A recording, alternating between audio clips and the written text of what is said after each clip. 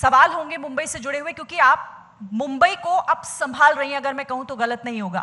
उसकी कमान आपके पास है। आपने बहुत सारे ऐसे प्रोजेक्ट्स हैं मुंबई को लेकर जिनकी शुरुआत आप कर चुकी हैं, जिन्हें आप पूरा करने की कगार पर खड़ी हैं। लेकिन बीएमसी देश के सबसे अमीर निगम में से एक मानी जाती है। 8,000 करोड़ के आसपास का एक सबसे बड़ा बजट आप लोगों ने पास किया, अपने आप में वो भी एक रिकॉर्ड है।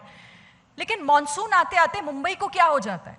ये मुंबई जहां लोग बड़ी बड़ी ऊंची ऊंची इमारतें, समुंदर के किनारे वो टहलते हुए और बहुत सारे सपनों को लेकर पहुंचते हैं, लेकिन मॉनसून आते आते वो तमाम जो सपने हैं ना, वो जमीन में पड़े हुए गड्ढों, भरा हुआ पानी, सीवरेज की प्रॉब्लम, यहां आके क्यों अटक जाते हैं? Thank you. मुंबई सही में सपनों का शहर है, इसीलिए मुंबई में एम्प्लॉयमेंट ढूंढने के लिए, अपना सपना साकार करने के लोग आते रहते हैं, और इसीलिए मुंबई की जो पॉपुलेशन है वो काफ़ी ज़्यादा है। One of the densest cities in the world, ऐसा उसको बोल सकते हैं। दूसरा है, मुंबई का जो शेप है वो लीनियर है, पेनिनसुलर है, तो लैंड मास बहुत कम है, और इसी के कारण इतने सारे पॉपुलेशन को सारी सर्विसेज जब मुंबई बीएमसी को देनी होती है इतने कम ज़मीन पे, तो उसमें काफ़ी इश्यूज आ जाते हैं। मुंबई का एक नेचुरल जो ये बना हुआ है उसमें काफ़ी लो लाइंग एरियाज़ है, तीनों साइड से ओशन है मुंबई के। जब भी बारिश, और सबसे ज़्यादा बारिश भी मुंबई में होती है, तो बारिश, जिस दिन बारिश बहुत ज़्यादा होती है और जिस दिन हाई टाइड होता है, उस दिन मुंबई में जो लो लाइंग एरियाज़ है उसमें फ्लडिंग होता है। अब बहुत सालों से इसके ऊपर काम हो रहा है। ये फ्लड स्पॉट्स जो है उसको निगेट करने जा रहे हैं। ऑलमोस्ट 400 से ज़्यादा एरियाज़ थे जहाँ पे फ्लडिंग होता था, उसको हम लोग एलिमिनेट करते हुए अभी कुछ 90 ऑड स्पॉट्स बने हैं, वो भी धीरे धीरे कम होते जाएंगे। लेकिन जब तक वो है तब तक थोड़ा फॉर अ पर्टिकुलर टाइम ये बारिश का पानी वहाँ जमा होता है। बट ऐसी भी सिचुएशन नहीं है कि बारिश में मुंबई पूरी ठप हो जाती है। ये कभी कभी परसेप्शन वाली बात होती है, कभी उसको इस तरह से प्रोजेक्ट किया जाता है। लेकिन अगर आप मुंबई में देखा जाए, लास्ट ईयर भी बहुत सबसे ज़्यादा बारिश हुई। We received 125% of the rains. Mumbai की ट्रेन एक दिन के लिए सिर्फ कुछ घंटों के लिए रुकी थी। बारिश में पानी ज़मीन पे ज़रूर आया था, कुछ बस रूट्स हमें डाइवर्ट करने पड़े, लेकिन सिचुएशन एवरी ईयर इम्प्रूव होती जा रही है। उसके 2-3 रीजंस है। एक है कि हमने काफ़ी सारे फ्लड मेजर्स ले लिए, फ्लड प्रोटेक्शन मेजर्स लिए हुए। मुंबई में 3-4 जगह पे अंडरग्राउंड बड़े टैंक्स बनाए गए हैं जहाँ पे लो लाइंग एरिया है, और वहाँ कुछ भी हो पानी आता ही है, मतलब उसको हम एलिमिनेट नहीं कर सकते। ऐसे जगह पे 2-3 घंटे अगर बारिश लगातार होती है और हाई टाइड होता है, तो बारिश का पानी जमा होने के लिए उस तरह से हमने अंडरग्राउंड टैंक्स बना दिए हैं, और बाद में वो पानी वहाँ होल्ड होता है, होल्डिंग पॉन्ड्स है, उसको बाहर निकाला जाता है। तो these kinds of multiple measures have been taken in Mumbai. As a result ये फ्लड की जो प्रॉब्लम है वो धीरे धीरे कम होती जा रही है। सुएज के बारे में बताया जाए तो मुंबई में जितनी भी श्योर लाइन्स है उस पर आज 7 बड़े बड़े STPs का काम चल रहा है, जो इस साल में और अगले साल में पूरा हो जाएगा, जिससे almost 2400 MLD, it's a huge amount, this much of sewage is getting treated for tertiary treatment, and 50% of it is for secondary treatment also. So these are the problems which Mumbai have been facing for years, but BMC for past 4 to 5 years under the very careful gaze of state government has taken multiple mega projects to ये जो flood का problem है, sewage का problem है, इसको solve करने के लिए गए हैं। गड्ढों का प्रॉब्लम भी हम सॉल्व कर रहे हैं by concretising all over roads. 2000 kilometre road से 1700 किलोमीटर्स आर ऑलरेडी कॉन्क्रीटाइज। बचे हुए जो रोड्स है वो अगले 1-2 साल में पूरे हो जाएंगे। तो गड्ढों का प्रॉब्लम भी हमने काफ़ी हद तक उसको कंट्रोल किया है। उसके ऊपर जो खर्चा होता है that we have reduced by almost more than 100%। तो these are the issues which a city like Mumbai faces, but उसको continuously alert रह के इस issues को डील करने का काम BMC कर रही है। और एवरी ईयर, लेकिन अब क्योंकि अब मॉनसून बिल्कुल आने ही वाला है, तो उसके लिए आप लोगों की तैयारियां क्या है? मतलब आप कह रही हैं कि हम आने वाले समय में से इम्प्रूव करेंगे बहुत हद तक, लेकिन अभी उतनी इम्प्रूवमेंट नहीं है, गड्ढे अभी भी मिलेंगे, कहने का मतलब आपका यही हुआ ना? मुंबई डूबी हुई दिखेगी इस बार भी? डूबी हुई देखने वालों को तो दिखेगी, लेकिन ऐसा होता नहीं है। अगर आप शहर में जाए, जैसे मैंने बोला, एक्सट्रीम वेदर इवेंट जिस दिन होता है, जिस दिन बारिश एवरेज से बहुत ज़्यादा होती है। 300 मिलीमीटर बारिश 1-2 घंटे में होती है और उसी समय पे हाई टाइड होता है। तो there are certain low lying areas, only on those areas there is some water logging, but वो 1-1.5 से 2 घंटे से ज़्यादा वो वहाँ रहता नहीं है। There are some chronic spots जिसको अगर आप बार बार दिखाते रहोगे तो लगता है कि मुंबई डूब गई है, but that is not the situation and that is not how Mumbai works. Mumbai functions. Mumbai's suburban trains run throughout the monsoon. Mumbai's new asset, which is the metro lines, जिससे almost 1 million passengers travel करते हैं, that those lines also run throughout the monsoon. तो मुंबई डूबती नहीं है, एक बात है. दूसरा, बारिश के लिए पूरी तैयारी बीएमसी हर साल करती है, इस बार भी किया हुआ है. जितने भी हमारी नाला होता है ना अश्विनी जी, माफी के साथ रोक रही हूँ आपको, देखिए तैयारियां तो होती हैं लेकिन वो हमें दिखती नहीं है क्योंकि लोग परेशान होते हैं. लोग तो यहाँ तक कहते हैं कि बीएमसी सबसे अमीर निगम में से एक मानी जाती है, इतने हजारों करोड़ का उसका बजट होता है, लेकिन ये बजट, ये टैक्स का पैसा, ये जो पैसा निकल कर सामने आता है वो जाता कहाँ है?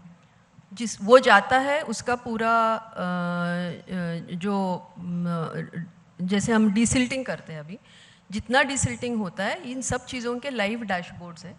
मुंबई के जितना भी पैसा है बीएमसी का, वो जिस प्रोजेक्ट के लिए दिया गया है उस प्रोजेक्ट के लिए जाता है. बीएमसी ने कोस्टल रोड बनाया, बीएमसी ही एसटीपीस बना रही है, बीएमसी ने सारे रोड्स कंक्रीट कर दिए, बीएमसी ने ही नॉर्थ कोस्टल रोड बना रही है, बीएमसी रोज 7000 मीट्रिक टन का कचरा उठाती है और उस पर प्रोसेस करती है. तो बीएमसी, मुंबई का स्केल भी आप देखिए थोड़ा, वो स्केल कितनी पॉपुलेशन है, पॉपुलेशन की डेंसिटी क्या है, और बीएमसी उसमें सालों से आज के स्थिति में भी why so many people are attracted to Mumbai? Mumbai is a very professional city, very professionally run city, और जितनी भी सर्विसेज बीएमसी देती है उतनी मतलब बाकी सारे सिटीज़ में कितनी मिलती है उसमें मुझे खुद को आशंका है. 4000 mld water, clean water, one of the cleanest water in the country, ये मुंबई अपने सिटीजन्स को देती है. मुंबई की प्रॉब्लम इतनी है कि मुंबई का स्प्रेड, मुंबई की ज्योग्राफी, मुंबई का बिल्कुल ओशन के पास होना, लैंड की कमी, इन सब चीज़ों से उसी रास्ते के नीचे सारी हमारी यूटिलिटीज़ है. ऑलमोस्ट करीब 25 से 30 तरह के अलग अलग यूटिलिटीज़ सेम रोड के नीचे है. वो सारी यूटिलिटीज़ के लिए आपको बार बार वो खोदना पड़ता है, कट करना पड़ता है. उसमें हम अलग से यूटिलिटी कॉरिडोर्स नहीं दे सकते क्योंकि मुंबई की लैंड इतनी वैल्यूएबल है कि उसके लिए लैंड एक्वायर करके ये यूटिलिटी कॉरिडोर हो नहीं सकते. मुंबई में एवरी अदर डे किसी को टेलीकॉम कनेक्शन लगता है, इंटरनेट कनेक्शन लगता है, तो उसके लिए बार बार मुंबई के जो रास्ते हैं वो खोदे जाते हैं. But despite that BMC for last 3 years have concretised most of their roads. और I am very happy to say that इसके कारण पॉटहोल्स का जो हमारा एक्सपेंडिचर है, क्योंकि प्रॉब्लम ये होती है कि जो बिटुमिनस रोड है, जो उसका सबसे ज़्यादा बड़ा एनिमी है पानी, और जब भी पानी उसमें चला जाता है तो अंदर से अंदर उसको ख़राब कर देता है. जितनी बार ये रोड कटती है यूटिलिटीज़ डालने के लिए, उतनी बार वहाँ बारिश का पानी अगर जाता है तो रोड ख़राब होता है. And that is the reason ये इस पर इन्वेस्टमेंट हो चुकी है. इसलिए मुंबई में प्रॉब्लम्स ज़रूर है, बट मुंबई ये शहर कभी भी कितनी भी बारिश आए या कुछ भी और मैनमेड या नेचुरल डिज़ास्टर हो, उसमें बिल्कुल शहर रुकता नहीं है. Best of the services BMC मुंबईकरों को देती है. ये तो मुंबई की खासियत है कि वो शहर ऐसा है कि वो कभी रुकता नहीं है. लेकिन आपने जो भी कहा ना कि वो गड्ढे खोदे जाते हैं, इससे भी मुंबईकर बहुत परेशान रहते हैं. सोशल मीडिया का ज़माना है, आए दिन हम देखते हैं कि फ़ोटोज़ वीडियोज़ अपलोड होते हैं कि किसी नई परियोजना के नाम पर कहीं कोई तार डालना है, कहीं कोई कुछ नया शुरू करना है, तो गड्ढे खुद तो जाते हैं. एक तो बारिश के गड्ढे और उसके बाद ये जो बाद में खोदे जाते हैं परियोजनाओं के नाम पर, लेकिन उन्हें भरने में घंटों लग जाते हैं, समय लग जाता है, सालों लग जाते हैं. नहीं, ये सारी चीज़ें ना थोड़ा डाटा बेस्ड अगर आप बात करें तो उसका रिप्लाई दिया जा सकता है.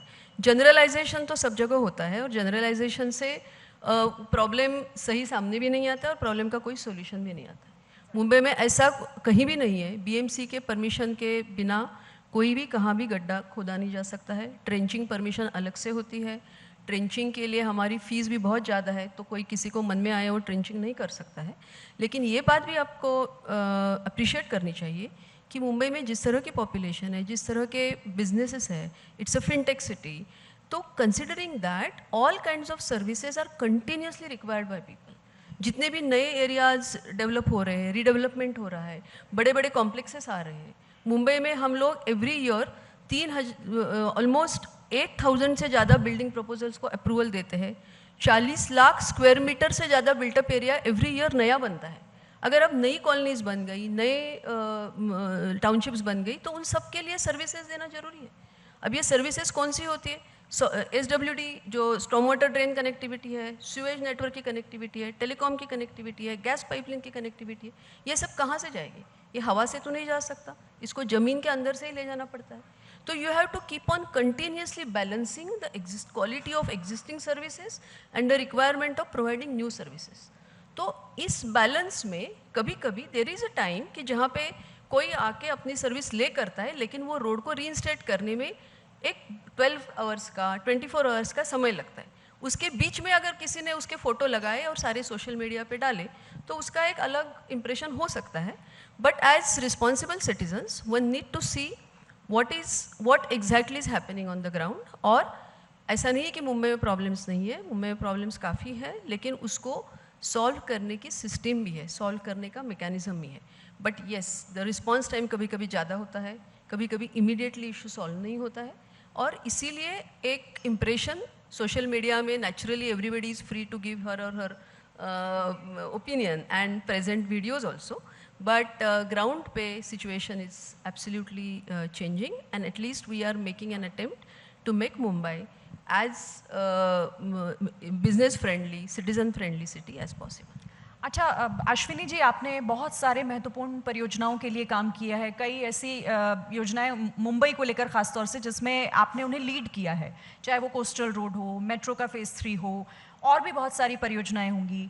मुंबई को बेहतर करने के लिए अभी आपके पिटारे में और क्या क्या है? आने वाले कुछ सालों में हम मुंबई की बदलती हुई अगर तस्वीर देखेंगे तो कौन कौन से प्रोजेक्ट्स आपके खाते में हैं? कोई भी शहर में अगर उसको ईज़ ऑफ लिविंग लोगों को देना है तो कुछ चीज़ें करनी पड़ती हैं, जिसमें एक है ट्रांसपोर्टेशन, दूसरा है good quality water supply, sewage का ट्रीटमेंट या सॉलिड वेस्ट मैनेजमेंट।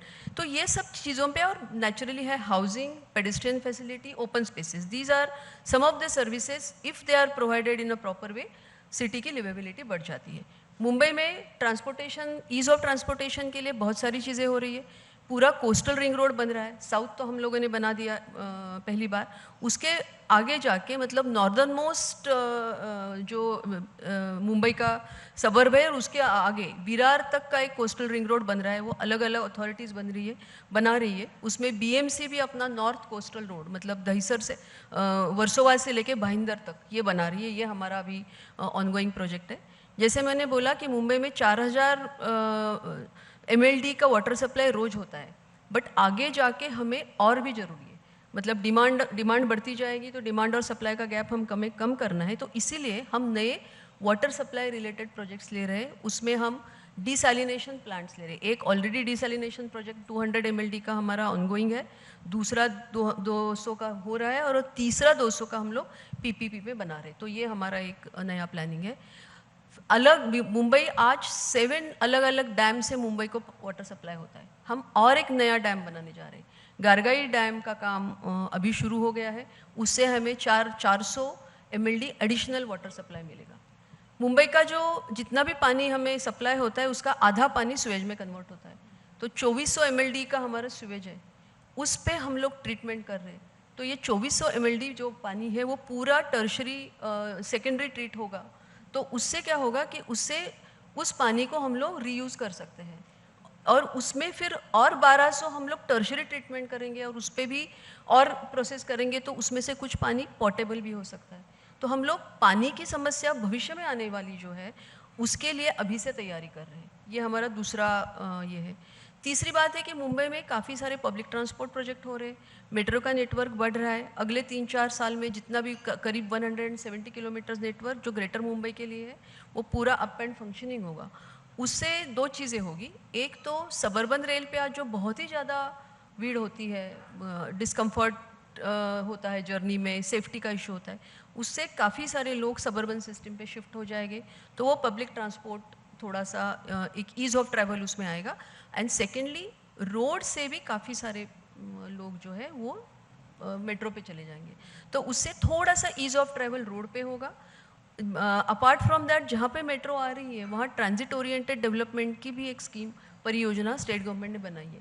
तो we are expecting densification around metro stations, specially underground metro station. तो उससे हमें एक मौका है कि पूरे सिटी को रीडिफाइन करें, जो हमारा बिल्टअप स्पेस है उसको अलग तरीके से, क्योंकि उस एरिया में FSI ज़्यादा हो रहा है और हम उनको मेट्रो की कनेक्टिविटी अंडरग्राउंड वेस्टिब्यूल से देने का प्लान कर रहे हैं। तो this will achieve two things, road पे जो चलने वाले लोग हैं वो भी अंडरग्राउंड फैसिलिटी से जाएंगे, तो पेडेस्ट्रियन फ्रेंडलीनेस जो है वो भी मुंबई में उसी के कारण आएगा। तो ये कुछ चीज़ें हैं जिस पे हम लोग आगे फ्यूचर को लेके उस पर प्लान कर रहे हैं। आपने जो ये अपनी योजना बताई है, जो आपका प्रोजेक्ट है, ये मुंबई में एक और समस्या है, वो है ट्रैफिक जैम की। मतलब इतनी सारे ट्रांसपोर्टेशन होने के बावजूद ट्रैफिक जाम से 2-4 लोगों को होना ही पड़ता है, आप उससे बच ही नहीं सकते। एक जगह से दूसरी जाने के लिए आपको मिनिमम 40 to 50 मिनट्स, मैं कम से कम बता रही हूँ, इससे ज़्यादा जो लगे वो अलग है। तो ये एक प्रॉब्लम आपको क्या लगता है मुंबई के लिए आने वाले कितने सालों में जो सही हो सकती है, जो लोगों का टाइम भी बचाए और इस ट्रैफिक के तामझाम से भी बचाए? रोड पे ट्रैफिक का रहना, ये आप कुछ भी अगर पब्लिक ट्रांसपोर्ट भी देते तो भी रोड पे जिनको अगर if somebody chooses to travel by car और बाय व्हीकल और रोड पे जाना है तो वो जा ही सकता है और ट्रैफिक में फंसना ही पड़ेगा, क्योंकि अगर आपका रोड नेटवर्क लिमिटेड है, जैसे मुंबई का रोड नेटवर्क बस 2000 किलोमीटर है, दिल्ली का 26,000 किलोमीटर से ज़्यादा है, इतना फ़र्क है। तो उसमें गाड़ियाँ उतनी ही हैं, तो नेचुरली वो ट्रैफिक जाम में आप फंसे रहते हैं। उससे ज़्यादा इम्पॉर्टेंट है कि आपके पास दूसरा ऑप्शन है कि नहीं। मतलब by choice if you go and get caught in the traffic jam, that is your problem, but आपको गवर्नमेंट आपको दूसरा ऑप्शन देती है कि नहीं। तो मुंबई सिटी आज के तारीख में ये ऑप्शन बना रही है। आज भी अगर नॉर्थ से एयरपोर्ट से किसी को कपरेट जाना है तो बाय रोड ही जा सकते हैं, but they can come by metro also, so that will save their time. So ये चॉइस लोगों को देना ये सबसे बड़ी बात है, और वो चॉइस देने का काम मुंबई कर रही है। तो जो मुंबई का मेट्रो नेटवर्क है अभी करीबन सिटी का 80-90 किलोमीटर के आसपास का हो गया है, और हमें 70-80 किलोमीटर ऐड करना है, जिसका काम अभी शुरू है, और वो काम मेरे ख्याल से अगले 1.5 से 2 साल में हो जाएगा, और ये सारी लाइनें एक दूसरे से कनेक्ट हो जाएगी। उससे मुंबई की कैरिंग कैपेसिटी ऑलमोस्ट जितनी भी अभी सबर्बन की है उससे ज़्यादा होने वाली है। तो इसीलिए लोगों के पास अब इतने ऑप्शन रहेंगे कि आप सबर्बन ट्रेन से जा सकते हो, आप उससे अच्छा मेट्रो ट्रेन से जा सकते हो, और आपके पास कोस्टल रिंग रोड और ये रोड का भी ऑप्शन है। तो जब तक आप लोगों को ऑप्शन देते हो तब तक हमें ट्रैफिक जैम की चिंता करने की ज़रूरत नहीं है, because you need to have a better option, और that will be provided by metro network, by improved suburban network and improved ring road network. आपने कैपेसिटी की बात की, एक बहुत महत्वपूर्ण सवाल है जिस पर शायद बात करना आज ज़रूरी हो जाएगा, और आप भी बता पाएंगे मुझे कि क्या इस पर वाकई में सरकार या BMC या फिर आप लोग कुछ सोच पा रहे हैं कि नहीं। आपको लगता है कि मुंबई पर ज़रूरत से ज़्यादा, उसकी क्षमता से ज़्यादा बोझ है? मुंबई का ये बोझ कम करने की ज़रूरत है, और अगर पड़ी तो फिर इसके लिए क्या प्लानिंग होगी? क्या कोई ऐसी सोच, कोई ऐसा विजन इसे लेकर? कोई भी शहर को कौन सी दिशा में जाना है, किस तरह से उसको आगे ग्रो करना है, इसका कोई सोच समझ के हम उस पर कोई इंटरवेंशन नहीं कर सकते। What we can do, we can nudge the city to go in a particular direction. Mumbai आपने देखा होगा पहले तो एक मैन्युफैक्चरिंग सिटी होती थी, लेकिन उससे धीरे धीरे जैसे उसका लैंड प्राइसिंग चेंज होता गया, वैसे वैसे वो सारी मैन्युफैक्चरिंग फैसिलिटी बाहर चली गई, और Mumbai has become more of a service city, fintech city जिसको बोलते हैं वो है। लेकिन बाकी भी काफ़ी सारी चीज़ें, जैसे एंटरटेनमेंट सिटी है, हॉस्पिटैलिटी की सिटी है, IEC एक्टिविटीज़ आजकल जो काफ़ी है उसकी ये सिटी है। तो मुंबई को आगे जाके उसका बोझ कम हो या नहीं ये अलग बात है, लेकिन मुंबई मेट्रोपॉलिटन रीजन का पार्ट है, और आज मुंबई सिटी की पॉपुलेशन अगर आप देखें तो वो वैसे ही ड्विंडलिंग है। सबर्ब का पॉपुलेशन इंक्रीज हो रहा है, लेकिन MMR का पॉपुलेशन ज़्यादा इंक्रीज हो रहा है।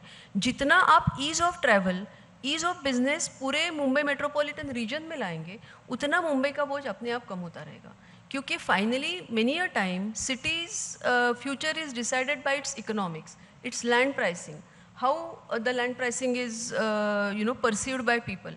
तो ये सब चीज़ों को मद्देनजर रखे मुंबई का प्लानिंग होना चाहिए। तो गवर्नमेंट ने ये किया है कि एंटायर मुंबई मेट्रोपॉलिटन रीजन के लिए ग्रोथ हब का प्लान बनाया है with the help of NITI Aayog. कि आगे जाके ये एमएमआर किस सेक्टर में आगे बढ़ेगा। और अगर महाराष्ट्र को $1 ट्रिलियन की इकोनॉमी बननी है तो उसमें ऑलमोस्ट 300 बिलियन का योगदान एमएमआर का रहेगा। आज ये योगदान 160 बिलियन का है। वो 300 तक ले जाने के लिए कौन से सेक्टर में कहाँ कहाँ क्या होना है, तो ये सब अगर उसमें मुंबई का खुद का रोल देखे तो मुंबई को ये सर्विस सेक्टर पे, हॉस्पिटैलिटी पे, एंटरटेन में ज़्यादा फोकस करना है। सरकार ये भी कर रही है कि एमएमआर में बाकी के जो रीजन है, जैसे एक थर्ड मुंबई का प्रपोजल है, जो अटल सेतु अभी बन गया है, ट्रांस हार्बर लिंक, जिससे मुंबई को हार्बर के बियॉन्ड जो ज़मीन है उसको कनेक्ट कर दिया है। अब उसी एरिया में काफ़ी सारा ग्रीनफील्ड एरिया है जिसको सरकार अलग अलग पॉलिसी इंसेंटिव से उस एरिया को बढ़ावा दे रही है।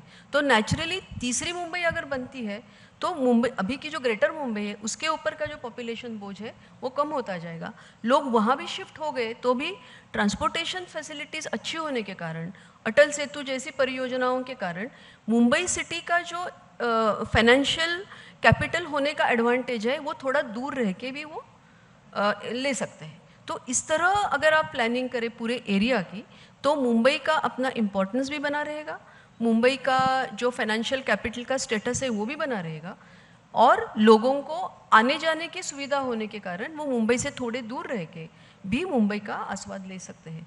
तो इस तरह का नियोजन सरकार कर रही है, तो उससे मुंबई का बोझ भी कम हो जाएगा लेकिन मुंबई का इम्पोर्टेंस बना रहेगा। मैं एक बार फिर से बीएमसी पर लौटती हूँ। बीएमसी को लेकर कई सवाल भी उठते रहे हैं इससे पहले, उसकी जो ठेकेदारी व्यवस्था है उस पर भी कई क्वेश्चंस हुए, और भ्रष्टाचार को लेकर कई सवाल उठे। सवाल ये भी कि कोई एक ऐसा सिंगल विंडो सिस्टम मौजूद नहीं है जिससे कि वो ट्रांसपेरेंसी, वो पारदर्शिता बनी रहे। आपको लगता है कि उसकी ज़रूरत है ताकि भरोसा लोगों का, आमजनों का, मुंबईकरों का उस बीएमसी, उस संस्था पर बना रहे? मुंबई में ऑलरेडी काफ़ी सारी चीज़ों के लिए सिंगल विंडो सिस्टम है। मुंबई में सबसे ज़्यादा होता है वो बिल्डिंग प्रपोजल्स। जैसे मैंने बोला, करीब हर साल 7 से 8 हज़ार बिल्डिंग प्रपोजल्स बीएमसी में आते हैं। पिछले 12-13 साल से 2015 से लेके, और उसके पहले से शुरुआत की थी, लेकिन 2015 से मुंबई का जो बिल्डिंग प्रपोजल सिस्टम है वो सिंगल विंडो सिस्टम पे चलता है। और उसमें इतनी ट्रांसपेरेंसी है, अगर आप कोई भी सिटीजन जाके सिर्फ single window auto DCR Mumbai, अगर आप उसके पोर्टल पे जाते हो, सिटीज़न के सेक्शन में जाते हो, तो उसमें साल में कितने प्रपोजल्स गए, किस प्रपोजल को कितना समय लगा, कौन सा प्रपोजल किसके साथ कितने दिन तक वो पड़ा रहा, ये सारी चीज़ें उसमें देखी जाती हैं।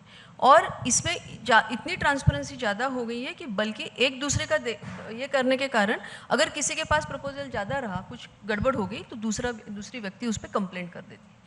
इसी को आगे लेके अभी हम लोगों ने रिसेंटली लास्ट वीक में ही हमारे मुंबई के टेक वीक में ऑनरेबल चीफ मिनिस्टर के हाथ से सिविट, ये हमारा एक AI driven, AI powered digital twin जिसको बोलते हैं, डिजिटल अप्रूवल ट्विन, ये बना दिया है। तो सबसे ज़्यादा जिसमें करप्शन की बात होती है वो बिल्डिंग प्रपोजल सिस्टम, जिसपे Mumbai has always been at the edge of technology. तो उन्होंने 12-15 साल से हम लोग उसको ऑटो DCR पे चला रहे, उस पर AI पावर्ड भी बना दिया है। अपार्ट फ्रॉम दैट SAP जैसी सिस्टम मुंबई में बहुत साल पहले से मौजूद है। जितनी भी हमारी प्रॉपर्टी टैक्स से लेके, वाटर टैक्स से लेके, बिल्डिंग UID से लेके, जहाँ जहाँ टेक्नोलॉजी का यूज़ हम कर सकते हैं वो करने वाली मुंबई कॉरपोरेशन हमेशा टेक्नोलॉजी के फोरफ्रंट पे रहती है। मैं ये नहीं बोलती हूँ कि इससे सारे प्रॉब्लम सॉल्व होते हैं, बट जितनी बड़ी कॉरपोरेशन है, हमारा बजट 80,000 करोड़ का है, it is that big a corporation. उसमें से 50% से ज़्यादा अभी हमारा कैपिटल एक्सपेंडिचर है। तो कोई भी संस्था अच्छा काम करे, ये उसका जो आउटपुट है उससे पता चल जाता है। इतने सारे प्रोजेक्ट्स हो रहे, वो प्रोजेक्ट अच्छी तरह से हो रहे, तो कुछ ना कुछ अच्छा काम संस्था कर भी रही है। लेकिन प्रॉब्लम्स होते भी है, मॉनिटरिंग ज़्यादा अच्छी तरीके से होना ज़रूरी है, और इसीलिए ये CCTV कैमरा यूज़ करना, मुंबई का डिजिटल ट्विन बना देना, ये सारी मतलब टेक्नोलॉजी का यूज जितना कर सके, जिससे ह्यूमन एरर की जो डिपेंडेंसी, ह्यूमन एरर का एक चीज़ एलिमिनेट हो जाए, आदमी के इंटरवेंशन की जो जहाँ पे डिपेंडेंसी है वो कम हो जाए, और सिटीजन्स को ज़्यादा से ज़्यादा ऑनलाइन सर्विसेज मिले। इसके ऊपर हमारा बहुत ज़्यादा उस पर ये देर इम्फेसिस कर रहे। उसी के कारण करप्शन हो या एडमिनिस्ट्रेशन में जो भी प्रॉब्लम्स होती है, शॉर्टकमिंग्स होती है, वो जितना कम हो सके उसके ऊपर बहुत ध्यान दिया जा रहा है और आगे जाके इसको हम और बढ़ावा देंगे। मुंबई, आपने कहा कि देखिए ये 8,000 करोड़ का बजट है, अपने आप में एक बहुत बड़ा अमाउंट होता है किसी भी शहर के लिए, किसी भी जगह के लिए। लेकिन अभी एक मैं रिपोर्ट पढ़ रही थी जिसमें एक आंकड़ा था कि जो पिछला बजट था वो भी अपने आप में बहुत बड़ा बजट था, लेकिन उस बजट का जो हेल्थ सेक्टर में खर्च होना था उसका 17% खर्च हो ही नहीं पाया। तो आपको नहीं लगता कि ये मतलब जो काम होना चाहिए वो काम वहाँ तक पहुँचा नहीं, या ये बजट बचा कैसे रह गया? जो खर्च होना था, जो लोगों तक पहुँचाया जाना था, इसमें कमी पेशी अगर आती है तो इसका खामियाजा या फिर इसकी जिम्मेदारी, खामियाजा तो जनता भुगतेगी बट जिम्मेदारी कैसे तय होगी? मुझे लगता है अगर आप आइसोलेशन में नंबर देखें और उसके ऊपर कुछ उससे कुछ इन्फ्रेंस निकालें तो चित्र अलग दिखता है। लेकिन मुंबई का हेल्थ सिस्टम अगर आप देखें, मुंबई में आज 5 बड़े हॉस्पिटल्स है, टर्शरी हॉस्पिटल्स, और 5 मेडिकल कॉलेजेस है। There is not a single municipal body जो इतनी मेडिकल कॉलेजेस चलाती है। इससे अलावा मुंबई में हमारे बहुत सारे स्पेशलाइज्ड हॉस्पिटल्स है, पेरिफेरल हॉस्पिटल्स है। 227 जो काउंसिलर की सीट्स होती है उसमें हर एक में हमारा डिस्पेंसरी है। तो मुंबई कॉरपोरेशन का हेल्थ का बजट बहुत ज़्यादा बड़ा है और हर साल हमारी जो ओपीडी है ना वो करोर्स में है। मतलब ये कहीं नहीं जा सकता कि मुंबई सिटीजन्स को हेल्थ सर्विसेज नहीं देती है। ये इतनी ज़्यादा, मतलब जितनी मुंबई हेल्थ सर्विसेज देती है वो शायद ही किसी शहर में इतनी सर्विसेज अवेलेबल होती है। बल्कि मुंबई शहर का ही नहीं, राज्य के हेल्थ सर्विसेज का भी लोड लेती है। हमारी जितनी भी 5 one of the top most medical colleges are run by Mumbai municipal corporation. और इसकी जो ओपीडी है उसमें not only from Maharashtra but देश से भी अलग अलग जगह से लोग आते हैं। तो मुंबई में हेल्थ सिस्टम मतलब बिल्कुल हर एक सिटीज़न के पास पहुँचे इस तरह का हेल्थ इंफ्रास्ट्रक्चर बीएमसी के पास है। आज बल्कि हमारी सिचुएशन ऐसी है कि हमारे पास बहुत ही ज़्यादा बिल्टअप हेल्थ स्पेस है, उसको किस तरह से यूज़ करें, क्योंकि सिर्फ हॉस्पिटल्स होना या उसके अलग अलग कंपोनेंट्स होना इम्पॉर्टेंट नहीं है, मैन पावर भी उतनी इम्पॉर्टेंट होती है।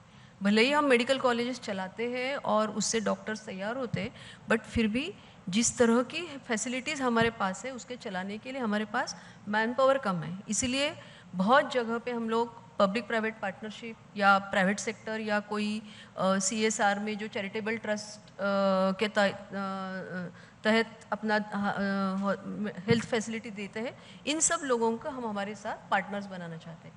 तो बीएमसी का जो बजट है वो लास्ट ईयर भी हम लोगों ने 80 to 90% उसका यूटिलाइज़ किया। बजट का यूटिलाइजेशन अच्छी तरह से होता है और सर्विसेज भी एवरी ईयर कुछ ना कुछ उसमें नया हम लाने की कोशिश करते हैं। तो बीएमसी का जो स्केल है वो बहुत ही ज़्यादा बड़ा है। तो हो सकता है कि कभी किसी पर्टिकुलर डिस्पेंसरी में या पर्टिकुलर जो आपला दवाखाना जिसको बोलते हैं, बिल्कुल झोपड़पट्टी में के लोगों के लिए भी सर्विस लोकली अवेलेबल हो, इस तरह के सर्विसेज हम देते हैं। और ये सारी सर्विसेज फ्री होती है। डायग्नोस्टिक्स भी अलग अलग तरीके का बीएमसी के पास फ्री होता है। तो बीएमसी का जो हेल्थ सेटअप है उसमें मुझे नहीं लगता कि कोई डेलिबरेटली कोई ऐसा खर्चा कम हो रहा है और उसके कारण लोगों को वो सर्विसेज नहीं मिल रही। मैंने तो आपको वो बताया जो आंकड़ा मेरे पास था, लेकिन चलिए अब मैं आवास की बात करती हूँ। मुंबई, सपना होता है लोगों का कि वहाँ जाकर अगर वो अपना कोई फ्यूचर देख रहे हैं तो वहाँ वो अपना घर भी खरीदें, वहाँ उनका एक अपना आशियाना भी हो। लेकिन ऐसा लगता है जैसे मुंबई अमीरों का शहर है। आवास को लेकर आप लोगों की क्या योजनाएं हैं कि लोअर मिडिल क्लास तक भी ये पहुँचे कि हाँ वो भी अगर मुंबई में हैं, वहाँ काम कर रहे हैं तो वहाँ रह सकते हैं और अपने खुद के घर में रह सकते हैं। और इसको मैं थोड़ा और आगे बढ़ाऊं इस सवाल को, तो झुग्गी झोपड़ियों का जो पुनर्विकास है उसको लेकर आप लोगों की क्या योजनाएं हैं, और बाकी इसके बीच बैलेंस आप कैसे बनाएंगे? सस्ते आवास लोगों तक कैसे पहुंचा रहे हैं? सस्ते आवास लोगों तक पहुंचाने के लिए सबसे बड़ी इम्पॉर्टेंट चीज़ है वो लैंड की कॉस्ट क्या है।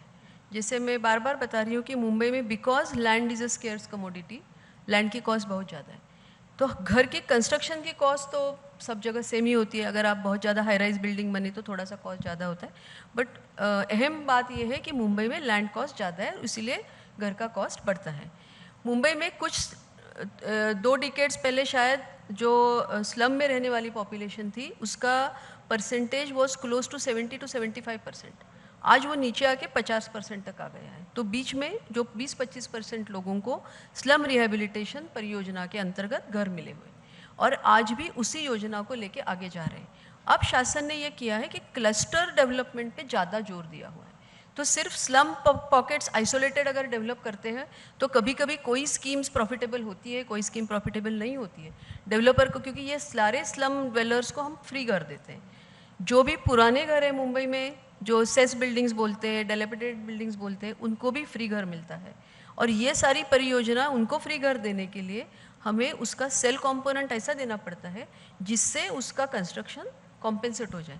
क्योंकि मुंबई में आज के तारीख में कोई ग्रीनफील्ड पैचेस बचे नहीं है जिसमें कोई नया घर बनाए या अफोर्डेबल हाउसिंग भी करे। मुंबई में जितने भी जगह है ये सारे उस पर पहले ना कोई स्ट्रक्चर है।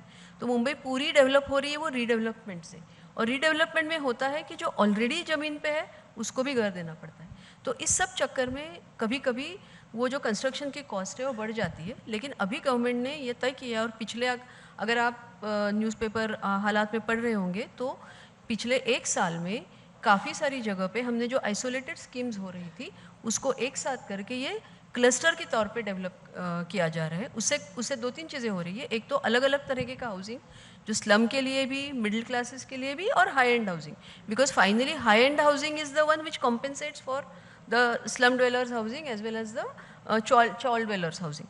तो वो हो रहा है। उससे दूसरी बात ये हो रही है कि अगर ये 20 एकड़ के टाउनशिप्स है, 50 एकड़ के टाउनशिप्स है, उससे लैंड प्लानिंग भी अच्छी हो रही है, जिससे उसका जो लोकल इंफ्रास्ट्रक्चर है, रोड नेटवर्क है, बाकी की अम्यूनिटीज़ है, वो भी आ रही है। तो मुंबई में ज़्यादा से ज़्यादा घर बनाना, इनफैक्ट जो जिस MMR ग्रोथ हब की मैंने बात की उसमें 10 लाख से ज़्यादा घर बनाना ये भी हमारा टारगेट है। और वो अलग अलग स्कीम्स में, भले वो SRA स्कीम्स है, म्हाडा की स्कीम्स है जो हमारी हाउसिंग बॉडी है, और जो अफोर्डेबल पूरा होते हुए कब तक देखेंगे? मतलब आप जो बता रही हैं, लोगों को तो यही लग रहा होगा ना कि ये ऐसा ना हो कि कहीं सिर्फ कागजों में रह जाएं या फिर सालों इंतजार करना पड़ेगा। ऐसा तो नहीं हो रहा है। जैसे मैंने आपको ही बोला अभी तक मैंने कि 40 लाख स्क्वायर मीटर का अगर बिल्टअप एरिया हम एवरी ईयर बना रहे हैं तो ये घर तो बन ही रहे हैं। और ये कोई, this is always a work in progress, क्योंकि सिटी में कुछ पार्ट्स नए बनते जाएंगे, कुछ पार्ट्स पुराने होंगे तो पुरानों को फिर से नया। तो मुंबई में हर एक जगह ऐसी है कि आज वो नए बदलाव में जा रही है, क्योंकि जहाँ मेट्रो पहुँच गई, साउथ मुंबई अभी तक इस सब चीज़ों से थोड़ी पीछे थी, लेकिन जैसे ही एक्वा लाइन वहाँ तक पहुँच गई तो हमारे गिरगांव, कालबा देवी, चिरा बाजार जैसे एरिया में रीडेवलपमेंट में जा रहे हैं। तो जहाँ रीडेवलपमेंट हो रहा है वहाँ नई टेक्नोलॉजी आ रही है कंस्ट्रक्शन की, नए घर बन रहे हैं। चौल में रहने वाले लोगों को भी अच्छे घर मिल रहे हैं, स्लम में रहने वाले लोगों को भी अच्छे घर मिल रहे हैं, और नेचुरली उनको फाइनेंस करने वाले जो जिनको हम हाई एंड हाउसिंग बोलते हैं वो भी अच्छे बन रहे हैं। तो मुंबई कंस्ट्रक्शन तो ये वर्क इन प्रोग्रेस हमेशा रहेगा। ऐसा कभी नहीं होगा कि आज के तारीख में सिटी पूरी बन गई है, क्योंकि city is an organic body. तो उसको तो वो तो बढ़ता ही रहेगा, वो तो चेंज होता ही रहेगा। हमें इतना देखना है कि वो बदलाव आ रहा है कि नहीं, शहर थमा तो नहीं है, और वो बदलाव पॉजिटिव बदलाव है कि नहीं। और मुंबई में अगर आप खुद ही जाके देखो, कोस्टल रोड से ट्रैवल करो तो ये बदलाव आता हुआ आपको दिखेगा। और अंदर भी जहाँ पे भी, मतलब वेस्टर्न सबर्ब्स वगैरह बहुत कुछ एरियाज़ कंजेस्टेड है, बट वहाँ भी ये क्लस्टर डेवलपमेंट के कारण और नए होने वाले प्रोजेक्ट्स के कारण जो कनेक्टिविटी मिल रही है उसमें मुंबई में हर जगह पे आपको बदलाव दिखेगा। अच्छा, कई जगहों पर BMC के बुलडोज़र भी चलते हैं, एक्शन उनका होता है, क्योंकि अवैध निर्माणों को हटा, अभी 2 दिन पहले ही शायद ये खबर आई थी कि आरे में कई जगहों पर जो अवैध मज़ारे हैं, जो अवैध निर्माण है, उन्हें गिराया जा रहा है। विरोध हो रहा है, वो एक अलग चीज़ है, लेकिन जो अवैध है उसे हटाया जा रहा है। लेकिन सवाल फिर ऐसे में ये भी उठता है कि वहाँ उस जगह पर या फिर मुंबई में कहीं पर भी अगर ऐसा कोई इलीगल कंस्ट्रक्शन होता है तो वो होने कैसे दिया जाता है, कि उसे गिराने की नौबत आए ही क्यों आखिर? और ऐसे कितनी जगहों पर आप लोगों ने चिन्हित करने का काम किया है अभी? ये तो हर शहर की बात है कि जहाँ पे फिर से बात वहीं पे आती है कि जो लैंड की कमी, और लैंड की कमी है तो लोगों को सुविधा तो चाहिए। वहाँ कम्युनिटी है तो उनके लिए रिलीजियस स्ट्रक्चर चाहिए। वहाँ लोगों को, लोग काम ढूंढने मुंबई में आते हैं तो उनको घर तो चाहिए। लेकिन अगर फॉर्मल स्ट्रक्चर में उतनी लैंड, अफोर्डेबल लैंड अवेलेबल नहीं है तो people tend to encroach, people tend to construct. इसके लिए BMC के एक्ट में भी बहुत ज़्यादा प्रोविज़न है, और जिससे ये स्ट्रक्चर्स, मतलब ये कंटिन्यूस एक्टिविटी चलती ही रहती है। भले समटाइम्स वो न्यूज़पेपर में आएगी या नेशनल न्यूज़ का सब्जेक्ट बनेगी, कभी कभी बनती नहीं, वो लोकल होती है, but every wards, BMC is divided into 26 wards, और एवरी वार्ड कंटिन्यूसली ये इलीगल स्ट्रक्चर हटाने का एक्शन लेता ही रहता है। बट मुंबई ये ऐसा शहर है, वहाँ लोग आते रहते हैं, वहाँ इकोनॉमिक एक्टिविटी इतनी है, एवरीबडी गेट्स सम और the other employment, everybody has to survive. तो इस सर्वाइवल के जो उसके लिए जो फाइट होती है, उसमें लोगों को कहीं ना कहीं अपना बिजनेस, हॉकिंग, वेंडिंग, कुछ घर बनाना, ये सब करना पड़ता है। और उसमें एक ह्यूमैनिटी की भी बात आती है। जितनी भी स्लम्स बनी हुई है वो शुरू में तो वो इंक्रोच्ड ही थी, बट बाद में धीरे धीरे वो, अगर वहाँ पे कोई लोकेलिटी वहाँ रह रही है, ह्यूमन पॉपुलेशन रह रही है, तो उनको सर्विसेज देना भी हमारी जिम्मेदारी बनती है। जैसे सर्विसेज देना शुरू हो जाती है, वैसे वो एक थ्राइविंग ह्यूमन सेटलमेंट हो जाती है, और उससे होता है कि फिर उसको प्रोटेक्शन आता है एक्ट के तहत, उसको रिडेवलपमेंट करना पड़ता है। तो ये सब चीज़ें चलती रहती है। Ideally yes, no illegal construction should happen, but इतनी भी मशीनरी नहीं होती है कि जो रोज़ जाके उस जगह पे रोज के रोज वो उसको हटाए। अब मुंबई में हॉकिंग का सवाल है, जिसमें हाई कोर्ट और सुप्रीम कोर्ट भी पूरे जुड़े हुए, बट ये हॉकर्स को भी हम लोग, because it is again related to an economic activity, तो बार बार हम रोज भी जाके अगर उसको निकालें वो फिर से आते हैं। तो these are the things which are signs and signals of a living city, और उसको हम लोग आइडियल सिचुएशन में इस तरह से नहीं ला सकते। हमारी जिम्मेदारी इतनी होती है कि उसके लिए एफर्ट्स कंटिन्यूस करते रहना और उसके लिए सिस्टम बनाना, क्योंकि जब तक उनको कोई प्रॉपर अल्टरनेटिव्स नहीं दिया जाता है तो ये लोग कहाँ जाएंगे। तो ये प्रॉपर अल्टरनेटिव्स आप पॉलिसी इंटरवेंशन के तहत दे सकते हैं, आप प्रोजेक्ट करके दे सकते हैं, और वो एक कंटिन्यूस प्रोसेस रहती है। और बीएमसी हो या स्टेट गवर्नमेंट हो, इन सब प्रॉब्लम्स को बिल्कुल समझते हैं, अंडरस्टैंड करते हैं, और वो प्रॉब्लम को ऑर्गेनिकली डील करने के लिए अलग अलग पॉलिसी और प्रोजेक्ट्स के तहत उनको डील करने की कोशिश करते हैं। आर्य की मैंने बात की है, तो आर्य से जुड़ा एक सवाल, आर्य को लेकर जब वहाँ पर, क्योंकि उसे लंग्स कहा जाता है मुंबई का, वहाँ पर जितने पेड़ काटे गए, कोर्ट ने भी इसमें इंटरवेन किया था, आधे से ज़्यादा पेड़ वहाँ सूख गए, तो उस पर कोई काम हो रहा है? क्योंकि उन पेड़ों को वहाँ से जो काटा गया, अगर एक पेड़ काटा गया तो 10 पेड़ उसकी जगह लगे, लेकिन अगर वो उनमें से 5 भी अगर सूख जाते हैं तो वो कंपनसेट तो नहीं हो पाए ना। उसमें एक बात है कि पेड़ लगाना, कोई भी पेड़, मतलब जब नई तरीके से आप प्लांट्स भी लगाते हैं या आप प्लांट करते हैं किसी पेड़ को, तो उसका अपना एक सर्वाइवल रेट होता है। ऐसा नहीं कि 100% ट्री सर्वाइव होते हैं, और वो साइंटिफिकली भी माना जाता है। इसीलिए हमें जब कोई भी प्रोजेक्ट के लिए पेड़ काटने की नौबत आती है, तो ट्री अथॉरिटी हो या जो भी अथॉरिटी है जो हमें परमिशन देती है, उसमें ऐसा ही होता है कि 10 टाइम्स पेड़ लगाने हैं, लेकिन उसमें सर्वाइवल जिसको नहीं है उसके लिए फिर से नए पेड़ लगाने, क्योंकि 100% ट्रीज़ का सर्वाइवल तो होता नहीं है for whatever reasons. Mumbai जैसे शहर में जहाँ ज़मीन है लेकिन नीचे अगर यूटिलिटीज़ है, ट्री के जो रूट्स है वो उसमें इंटेंगल हो जाते हैं, तो ये मोर्टेलिटी ट्रीज़ में होती है। आरे की बात करें तो आरे एक डेयरी डेवलपमेंट डिपार्टमेंट की लैंड है, जिसमें 80s में प्लांटेशन किया गया था। प्रोजेक्ट्स के लिए इसमें से कुछ पेड़ काटने पड़े, उसमें फिर से पेड़ नए लगाए भी गए। तो ऐसा नहीं है कि सर्वाइवल नहीं है, कभी कभी जो निगेटिव चीज़ है वो दिखती है, 5 पेड़ मर गए तो वो सामने आता है। मैं वही तो आपसे पूछ रहा हूं ना कि उसमें आप लोगों ने क्या काम किया? लेकिन जिसमें 7,000 से ज़्यादा वहाँ हम लोगों ने थ्रू मियावाकी प्लांटेशन, जो बहुत ही बढ़िया प्लांटेशन किया, वो शायद ही किसी के सामने आता है। तो इस पे कंटिन्यूस काम चलता रहता है। अगर कुछ पेड़ की मोर्टेलिटी होती है तो उसके जगह पे और पेड़ लगाए जाते हैं, और ये प्रोसेस कंटिन्यूसली चलता है। निगेटिव न्यूज़ हमेशा सामने आती है, पॉजिटिव न्यूज़ को कोई शायद नहीं दिखाता, at least media is generally not interested, but वो होता है। इसीलिए तो आपको बुलाया ना कि आप बताएं कि आपने क्या किया वहाँ तो पर, मैंने क्या बताया किया। आपको। बिल्कुल, तो आप इसीलिए तो जरूर आपको आके बुलाया गया देखिए, ना। तो मैं आपको दिखाऊंगी वहाँ पे जो मियावाकी प्लांटेशन कैसे बना हुआ है, बाकी के पेड़ कैसे लगे हैं, उसको अगर देखेंगे तो शायद पता चलेगा कि हम लोग क्या करते हैं। बिल्कुल। अच्छा, आप क्योंकि अब मुंबई में वैसे तो आपने 3 दशकों तक काम किया है, लेकिन अभी एक बहुत इंपॉर्टेंट रोल आपका मुंबई के लिए, आपकी एक बहुत बड़ी जिम्मेदारी है, उनकी उम्मीदें आपसे हैं। और मैं अगर कहूँ कि आपने जब बीएमसी की जिम्मेदारी संभाली तो सबसे पहला चैलेंज आपको क्या लगा, और अभी भी जो चैलेंज आपके लिए है, आपको लग रहा है कि ये मुसीबत है, ये प्रॉब्लम है मुंबई के लिए, मुझे इसे ठीक करना है? एक कोई व्यक्ति जाके कोई प्रॉब्लम ठीक नहीं करती है। मुंबई कॉरपोरेशन एक अपना इंस्टीट्यूशन है, और वो इंस्टीट्यूशन मुंबई करों के जीवन को स्पर्श करने वाली बहुत सारी चीज़ों के लिए काम करता है। और मुंबई कॉरपोरेशन के एक्ट में उनकी मैंडेटरी ड्यूटीज़ क्या है, उनकी डिस्क्रिशनरी ड्यूटीज़ क्या है, ये सारा दिखा है। तो मैं मानती हूँ कि ये सारी जो मुंबई के लोगों को सेवा देने की जो मुंबई कॉरपोरेशन की अहम ड्यूटीज़ है, उनको अच्छी से अच्छे तरीके से लोगों तक पहुंचाना, ये मेरा काम है। और ये मेरा ही नहीं, मेरी पूरी टीम का काम है। तो इन सब चीज़ों पे हम लोग काम कर रहे हैं। चैलेंजेस तो बहुत है। चैलेंजेस जैसे आपने बोला कि ड्यूरिंग मॉनसून फ्लड रिलीफ से लेके फ्लड को, अगर फ्लड सिचुएशन आती है तो उससे लोगों को रिलीफ कैसा दे, यहाँ से लेके मुंबई को फुटपाथ को अच्छी रखना, रोड की क्वालिटी इंप्रूव करना, जो म्यूनिसिपल सॉलिड वेस्ट मुंबई में हर रोज़ जनरेट होता है उसको ठीक तरह से कलेक्ट करके डिस्पोज करना। और ये ऐसा नहीं है कि ये सारी सिस्टम्स मुंबई में चल रही है, सालों से चल रही है, लेकिन हर एक में कहीं ना कुछ शॉर्टकमिंग्स होती है। तो चैलेंज ये होता है कि इस शॉर्टकमिंग्स को कैसे कम करना और उस सर्विसेज की क्वालिटी कैसे बढ़ाना।